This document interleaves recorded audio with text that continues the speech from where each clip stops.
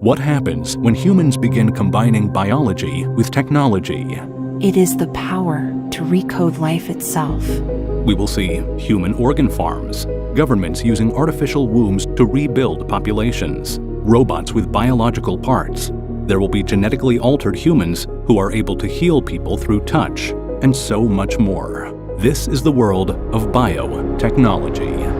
But what happens to our environment when humans begin to engineer life and they become an invasive species? And what is going on underground in the labs of biohackers hidden from regulations? And if human bodies are bioengineered, would we evolve into a new species of life altogether, becoming less human and more alien? Humanity will no longer be observers of nature, but the masters of it. This is the next phase in humanity's evolution, and it begins with bioprinting.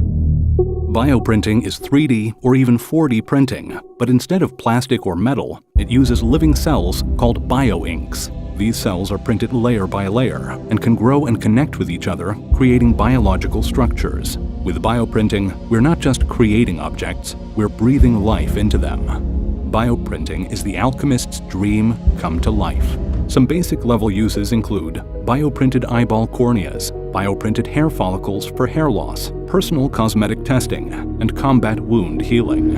And traveling further into the future, more advanced bioprinting will achieve 3D printed coral reefs that provide habitats for marine life, helping to restore damaged ecosystems.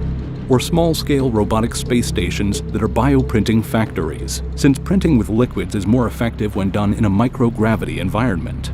When it comes to the human body, bioprinted organs are manufactured in organ farms to overcome the challenges of donation shortages. Or a patient's own cells are used to create miniaturized organs or organoids that are used to test medical responses before actual administration. And bioprinted prosthetic limbs are designed to fit perfectly to the individual, using living tissue to improve integration with the host's body. Experiments are carried out in the field of cybernetics, where electronics are implanted into bioprinted pieces, creating cybernetic organs that are more advanced than natural ones, such as bioprinted lungs that are implanted with sensors and nanofilters that remove toxins from the air before it enters the bloodstream, or replacement bionic eyeballs that have built-in zoom or infrared vision.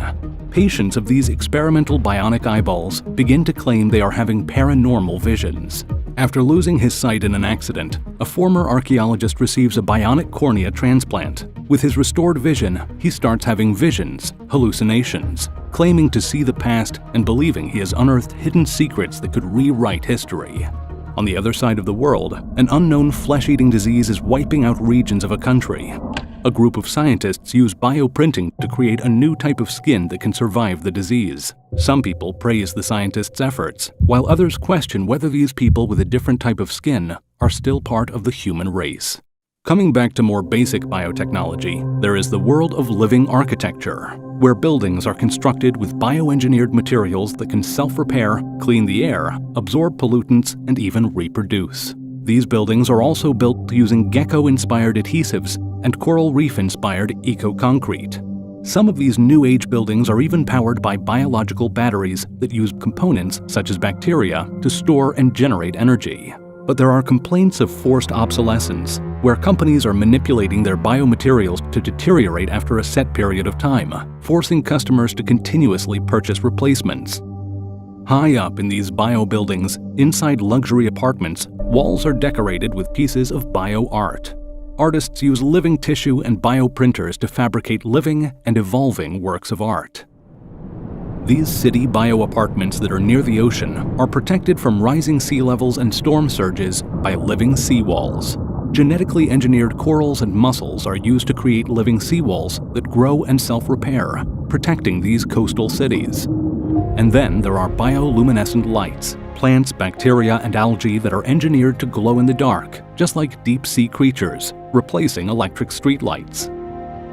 But in a small town where bioluminescent lamps light the streets and purify the air, a sudden decay of the bioluminescent organisms causes darkness to fall. It is up to botanists and engineers to figure out what is killing the neon bloom and restore light to the town. Conspiracies spread that the lights have been biohacked and reprogrammed to release harmful pollutants. Elsewhere, a robotics company has built a robot with a bioluminescent skin that glows. The company tests using the robot in a museum, guiding people around the exhibitions. People question if human skin is next. Underground, biohackers are already a step ahead and are experimenting on their own bodies. Cyberpunks and biohackers work underground, hidden from government regulations. They experiment with implanting microchips into their arms and tattooing themselves with digital inks that display and shows off their online wear. They hack together and build biocomputers made from biomaterials and living neural tissue. Cyberpunkers hack and tune brain chips, disabling safety features for more extreme and unauthorized neural experiences. And they use their own DNA as storage devices, mimicking nature, able to store massive amounts of data. Under the city streets, there is a black market of new age substances. Biohackers engineer grapes that ferment into wine within minutes. And they create unregulated food that are resistant to pests and disease and are allergy-free. The biggest buzz is around self-replenishing food containers. These containers are made of living organisms that constantly regenerate their contents, effectively providing a never-ending supply of microfoods. These biohackers also mess around trying to freeze each other, hoping to bring the bodies back to life. People call them cryonic punks, and they have pets with edited genes to produce bioluminescence, making them glow in the dark. And there are rumors of chimeras, animals created with genes from multiple species. The name chimera comes from Greek mythology, a fire-breathing creature with the body of a lion, the head of a goat arising from its back, and the tail of a snake.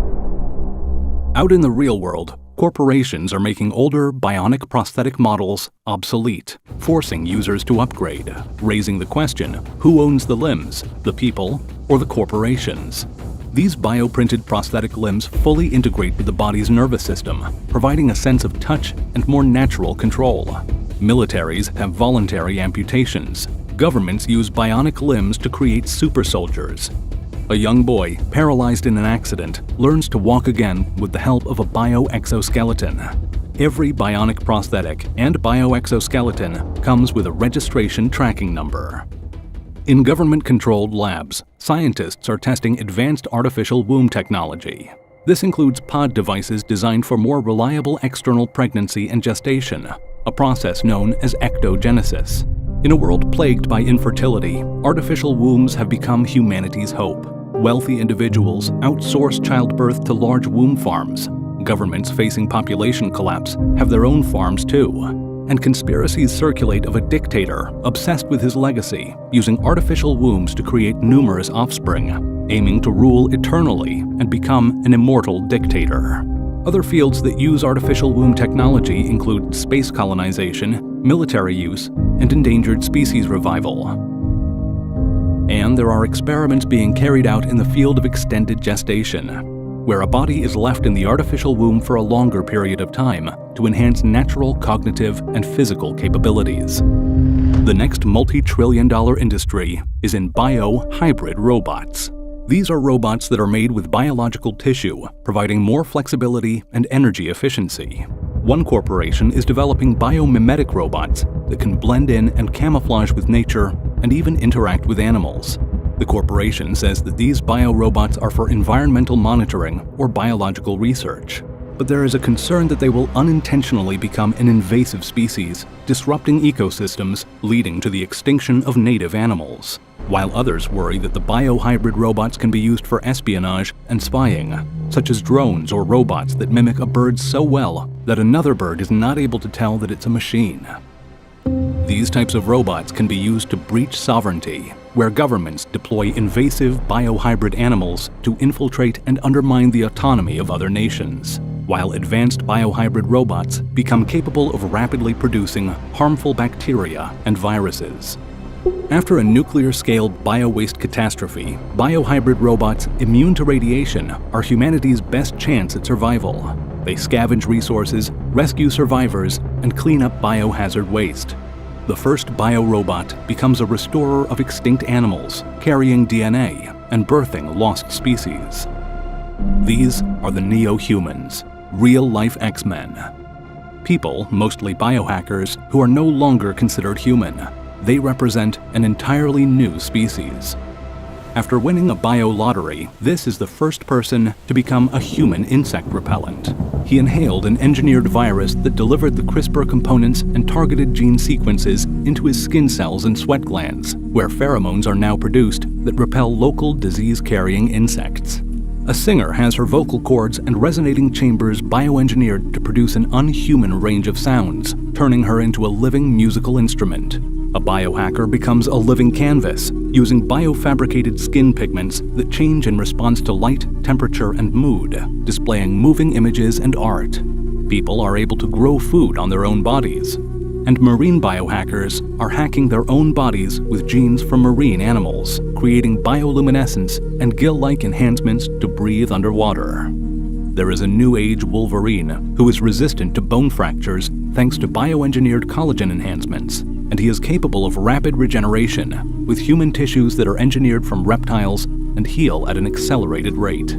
People are bioengineering themselves to age backwards by manipulating telomeres and cell regeneration. A person claims to have the ability of splitting their consciousness by using organic brain augmentations to perform multitasking on an unprecedented level. And the first person is capable of healing others through touch by transferring regenerative cells. Biotechnology is the drafting table where nature's blueprint meets human design. It is the recoding of life itself. This is the next phase in humanity's evolution.